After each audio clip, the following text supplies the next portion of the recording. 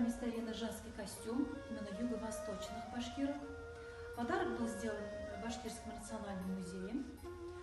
И что вы здесь видите? Здесь очень, можно крупным планом, да? Здесь очень много украшений из серебра. Серебряные монетки, серебряные бляшки на верхней одежде. И вы видите расшитый нагрудник натуральными кораллами и головной убор кашмал.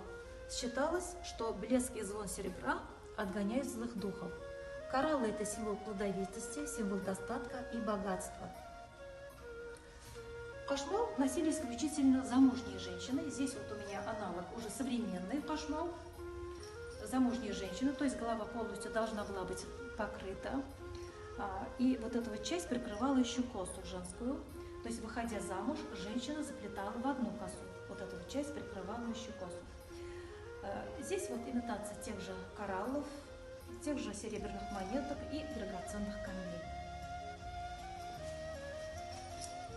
А молодые девушки могли, это тоже современный аналог, молодые девушки могли себе позволить вот такие вот налобные украшения.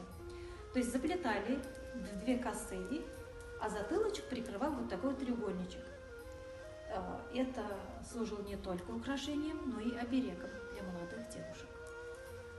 Вы видели, у нас пасечный улья стоит, и колодные улья стоит, и на каждом улье, на пасечном, нарисован один большой знак. Эти знаки 7 основных родов башкирских, которые объединились в одну народность. Эти знаки, они рисовали у себя, допустим, хускарный орнамент, род деятельности, да?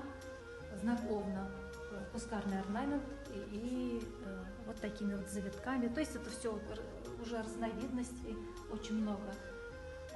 И символики. Допустим, символ древа. Здесь вот на воротнике вы видите символ древа. Треугольнички, устремленные кончиком вверх, символ жизни. Таких символик тоже очень много.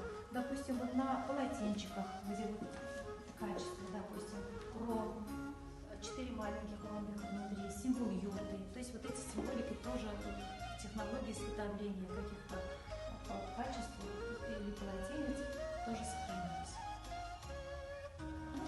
Вот это моя работа авторская. Здесь вы видите вышивку, здесь вышивка тамбуром. Здесь аппликации, то есть о тех знаках, о которых я вам выше говорила, допустим, знак гребня одного из родов, да, если располагали таким-то образом, или уже как бы составляли целый ансамбль, вот таким вот образом и развивался орнамент. Здесь тоже тамбурная вышивка, но уже представлена в цвете.